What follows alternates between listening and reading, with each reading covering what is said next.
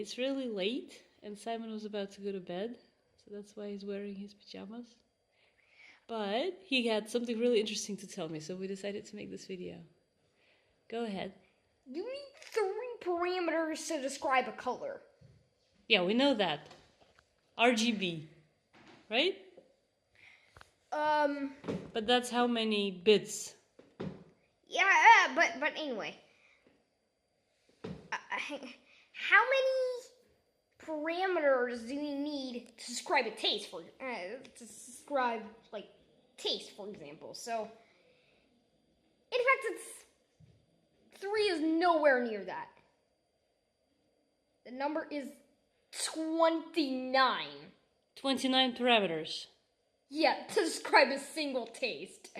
Is that how our tongue feels taste? Yeah, there are 29 kinds of receptors. On our tongue? On our tongue. Okay. Compare that to the only 3 parameters versus of the color. 3 parameters of like 3 kinds of receptors in your eye. But I think almost the thing with the most number of receptors is smell. Yeah. Is the sense. Bring back memories. The smell has a number of receptors of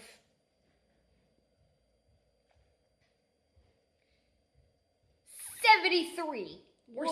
Or 72. I am. But anyway, that's a lot more. That's even a lot more than taste. So the number of receptors parameters for taste is like roughly 9 times more than for sight. Yeah. And for smell, that's approximately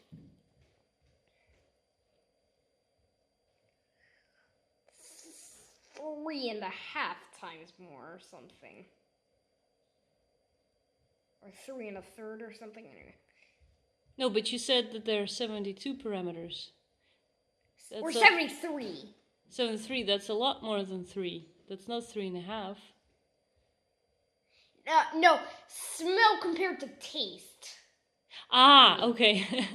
That's true. Yeah.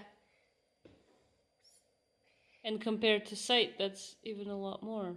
Yeah, a lot more than both of those numbers. But anyway, what was really fun is if you use the bytes to describe each and every one of those parameters. Yeah.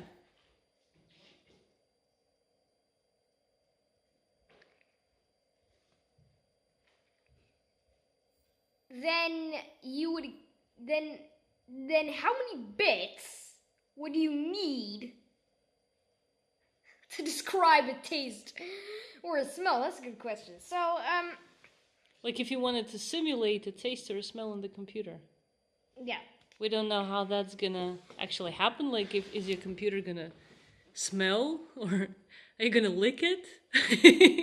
But at some point, I guess that will somehow be included in our augmented reality. So first for sight, the number of bits you need is 24. Yeah, and that's already being used, right?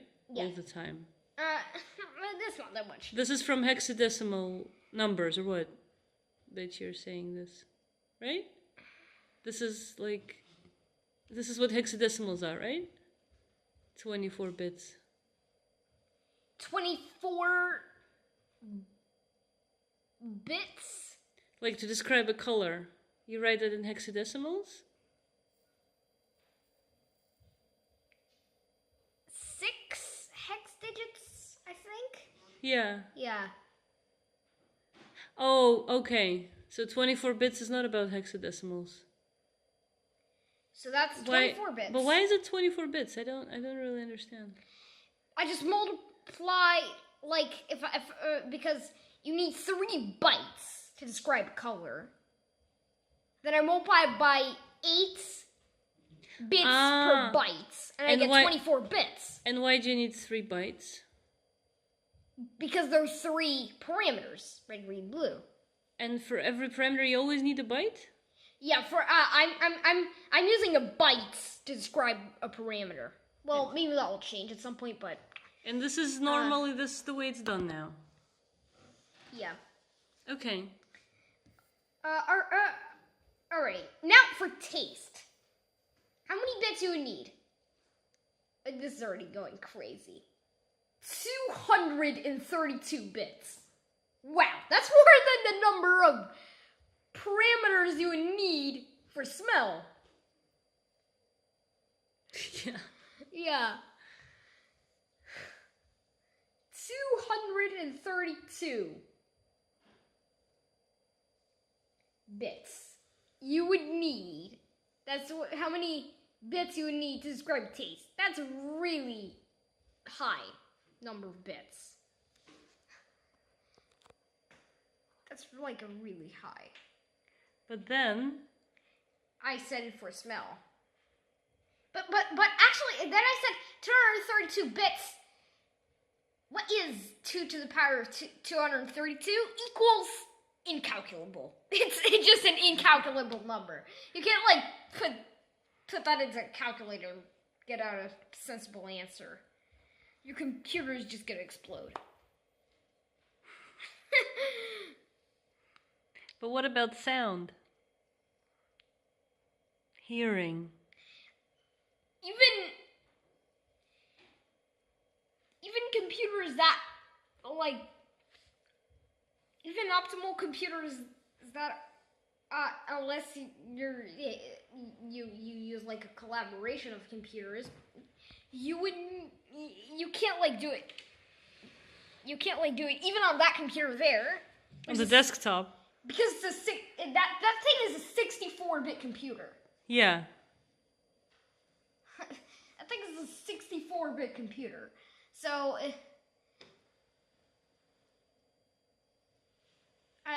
right? It's a 64-bit computer, and that's 232 bits to describe a taste. But to describe a smell, you need even more, right? If I'm correct that you need 73 parameters to describe a smell, then I love this number. You need 654 bits.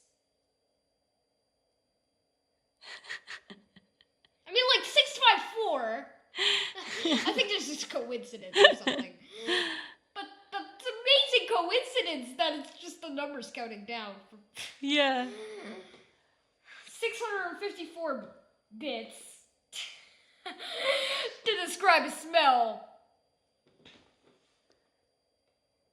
And what about sound? In fact, for sound, you need an infinite number of parameters. But how are we describing sound now then?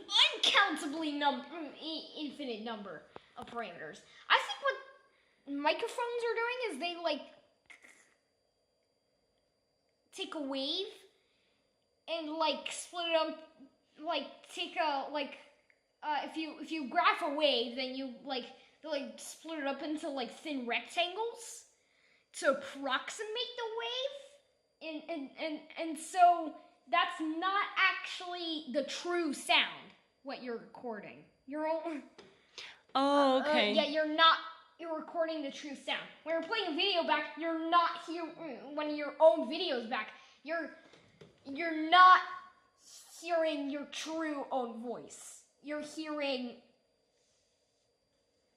like a simplified version. You're hearing an approximation. So this is why live music is always so much more beautiful. Maybe. Or maybe not. See, our ears have to also, like, split it up into finite things. Because infinite processes, well, unless you have some crazy Xeno abilities, which are actually impossible in the real world, they will just go on forever. We just never hear stuff.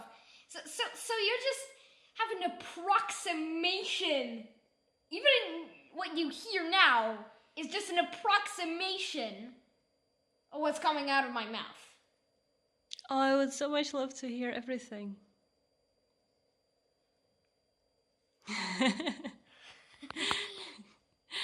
Thank you, Simon, for this beautiful pajama lecture.